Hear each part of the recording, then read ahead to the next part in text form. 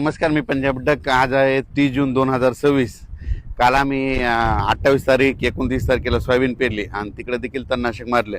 आता याच्यात मध्ये काल देखील पेरणी झाली. आता हे काय करायलो, हे म्हणजे पेरल्याच्या नंतर म्हणजे 48 तासाच्या आत एक तणनाशक आहे, म्हणजे हे मेगमनीचं मिल स्ट्रॉंग आहे. तर हे पेरल्याच्या नंतर 48 घंटेच्या आत फवारल्याच्या नंतर पुन्हा त्या शेतामध्ये तणच होत नाही. हे दरवर्षी आम्ही फवारतो आणि यावर्षी या ठिकाणी आता फवारत आहे.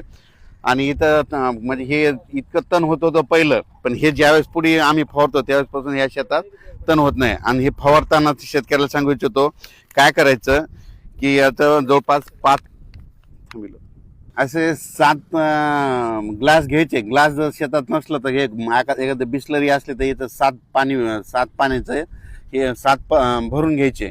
आणि त्याच्यामध्ये काय करायचं, ही जी पुडी आहे तर ही पुडी काय याच्यामधली निघलेली ते काय करायची, टाकून द्यायची. आणि याला हलवायचं नाही. एका एकरला 7 पंप फवारायचे. असं केल्याच्या नंतर तुमच्या शेतामध्ये 40 दिवस कसलंही तण येणार नाही. त्या पाण्यात टाकल्याच्या नंतर चांगल्या प्रकारे असं मिक्स करायचं आणि एका टाकीला एक पंप आपलं 1 ग्लास किंवा असं एखादं झाकण करायचं आणि तेवढं टाकून द्यायचं आणि फवारायचं. फवारल्याच्या नंतर कंप्लीट 40 दिवस त्या शेतामध्ये कसलंही तण उगत नाही आणि सोयाबीनला काही होत नाही.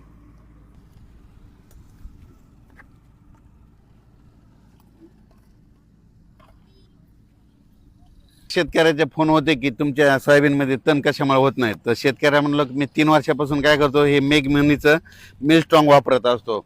40 दिवस कसलंही तण होत नाही. पेरल्याच्या नंतर काय करायचं, 48 तासाच्या आत हे फवारून घ्यायचं. ते मग त्या शेतामध्ये कसलंही तण होणार नाही. याचा वाटल्या तुम्हाला सोयाबीनमध्ये पुन्हा तुम्हाला आणखीन उगवल्याच्या नंतर तण आहे का नाही त्याचा व्हिडिओ सुद्धा दाखवतो.